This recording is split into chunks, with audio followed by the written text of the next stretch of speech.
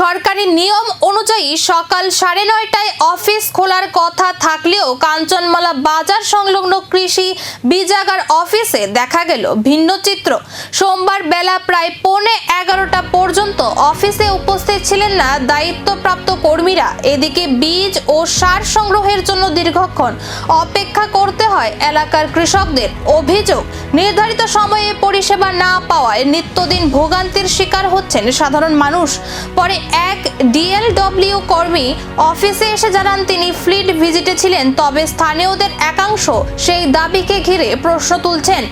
অন্যদিকে এক group D কর্মীও দেরিতে অফিসে পৌঁছে জানান তিনি ছুটিতে ছিলেন, যা নিয়েও তৈরি হয়েছে বিভ্রান্তি।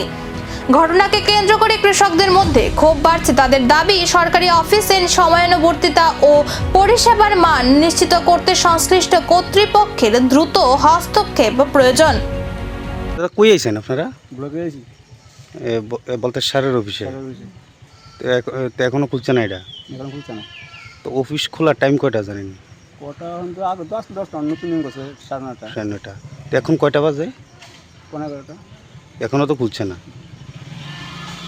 আপনারা কি এই সার নিতে নাইছেন এখানে? সার দাম নেই, দাম কতজন অপেক্ষা করতেছেন নেওয়ার লেগে? মানে এটা কোন জায়গাতে অফিসটা? এটা এলাকাটা কাঞ্চনমালা। কি করবেন? সরকারি এভাবে অফিস খোলার নিয়ম 9:30, এখন 11টা বাজতেছে। এটা কার গাফিলতি করবেন? মানে যারা এখানে কর্মচারী তারার গাফিলতি নাকি?